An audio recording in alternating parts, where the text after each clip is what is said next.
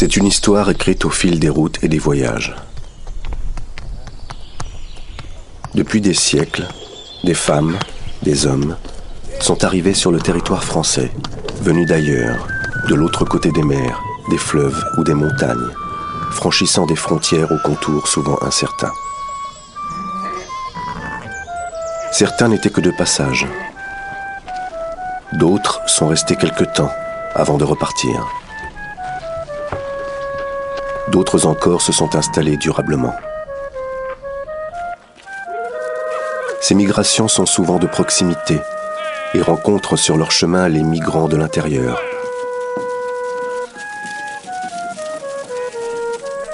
On quitte un village, une région, pour aller travailler un peu plus loin, vendre ses bras et ses services, commencer parfois une autre vie.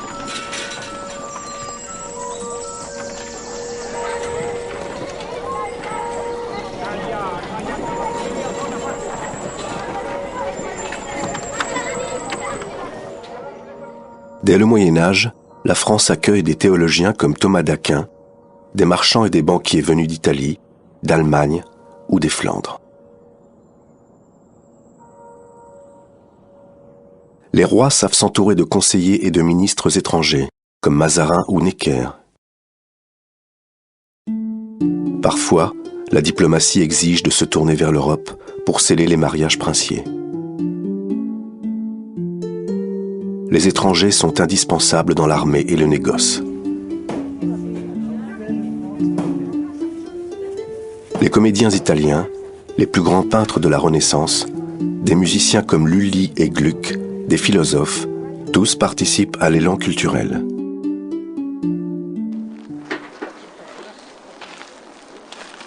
Mais ces premières migrations sont aussi traversées de figures modestes, artisans et domestiques, colporteurs et marins, pêcheurs et paysans.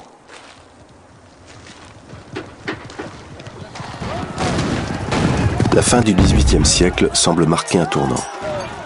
La Révolution fonde une nouvelle conception de la nation et distingue désormais celui qui est étranger de celui qui est citoyen. Elle proclame l'égalité de tous et accorde la qualité de Français à ceux qui sont nés sur son sol.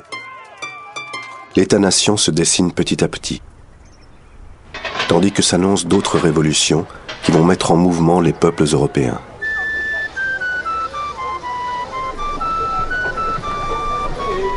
Avec le grand bouleversement de l'âge industriel, l'immigration entre dans l'ère des masses.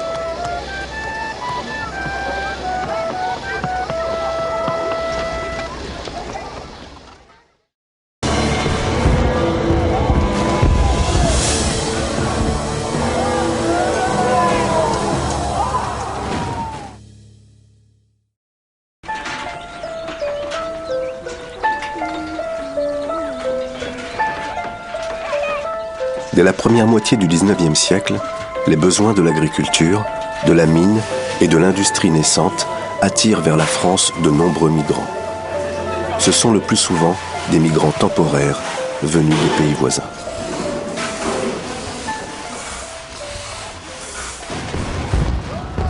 En Europe, c'est le temps des révolutions.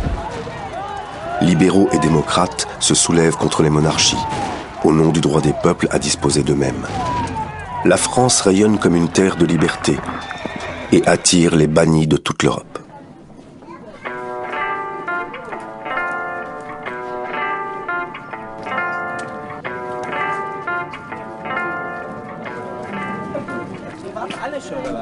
De nombreux Allemands s'installent en France. Certains sont des artisans à la recherche d'un travail, d'autres des intellectuels, des artistes et des démocrates qui fuient la répression. Après l'échec des insurrections de 1830 et 1863, la France accueille les exilés polonais de la grande émigration. De nombreux étrangers participent à la Commune de Paris. À partir de 1881, les Juifs persécutés dans l'Empire des Tsars viennent à leur tour chercher refuge dans la patrie des droits de l'homme.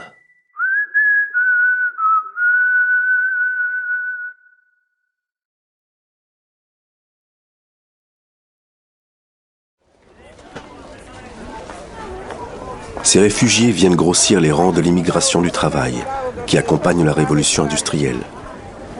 Depuis plusieurs décennies, les Anglais participent au développement de l'industrie textile, des chantiers navals et des chemins de fer.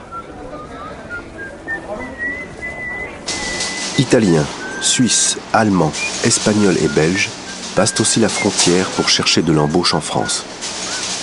En 1866, les Belges sont les plus nombreux. On les trouve surtout dans l'industrie textile et les mines du Nord. Ils fournissent également d'importants contingents de saisonniers agricoles. Au lendemain de la guerre de 1870, l'immigration augmente encore. En 1881, 1 million d'étrangers, hommes et femmes, vivent en France, soit près de 3% de la population.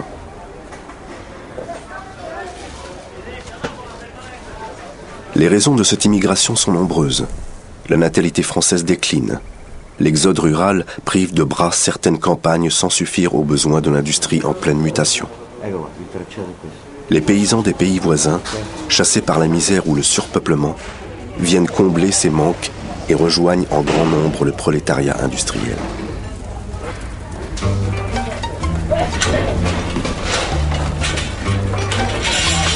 À partir de 1900, les Italiens forment le groupe national le plus important. Des industries marseillaises aux chantiers parisiens, de la sidérurgie lorraine aux campagnes, ils occupent les postes les plus durs et les plus mal payés. Des chaînes migratoires se mettent en place, entre le village d'origine et la région d'installation. À Marseille et en Lorraine, les Italiens participent à la naissance du mouvement ouvrier. De leur côté, pour répondre aux besoins croissants de main-d'œuvre, les employeurs cherchent à organiser le recrutement. On achemine aussi des paysans kabyles vers les mines du Nord et les premiers contrats font venir des ouvriers agricoles polonais. L'immigration frontalière ne suffit plus.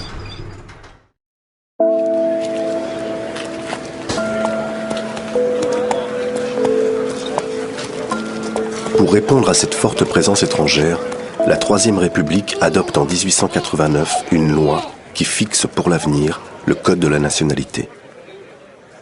Elle impose la nationalité française dès leur naissance aux enfants d'étrangers nés en France d'un parent déjà né en France. Pour ceux dont les parents sont immigrés, c'est à leur majorité que la nationalité est attribuée, sauf s'ils y renoncent. Désormais, tous les hommes nés en France doivent faire leur service militaire. Par cette loi, on règle aussi en Algérie la question du déséquilibre croissant entre étrangers et nationaux.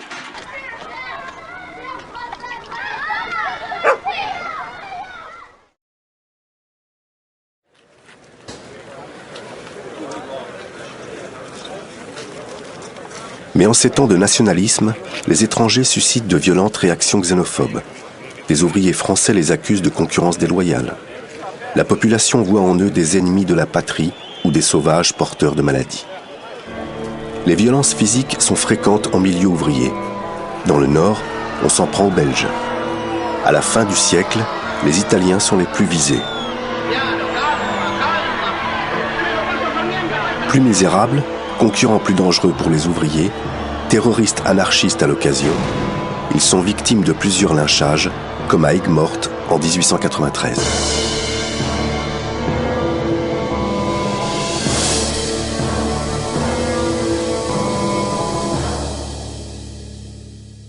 Pour calmer les tensions, l'État met en place des mesures destinées à réglementer et surveiller les étrangers.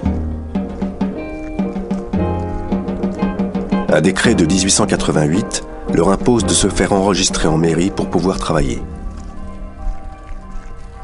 À partir de 1893, ils doivent être immatriculés pour obtenir la feuille de 46 sous.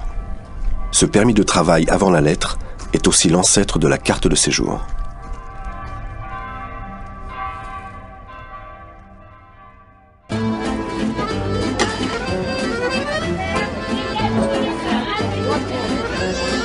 À la Belle Époque, la xénophobie s'atténue grâce au retour d'une bonne conjoncture. Les petites entreprises et les petits commerces tenus par des étrangers se multiplient. Le plein emploi facilite alors leur insertion dans la société française.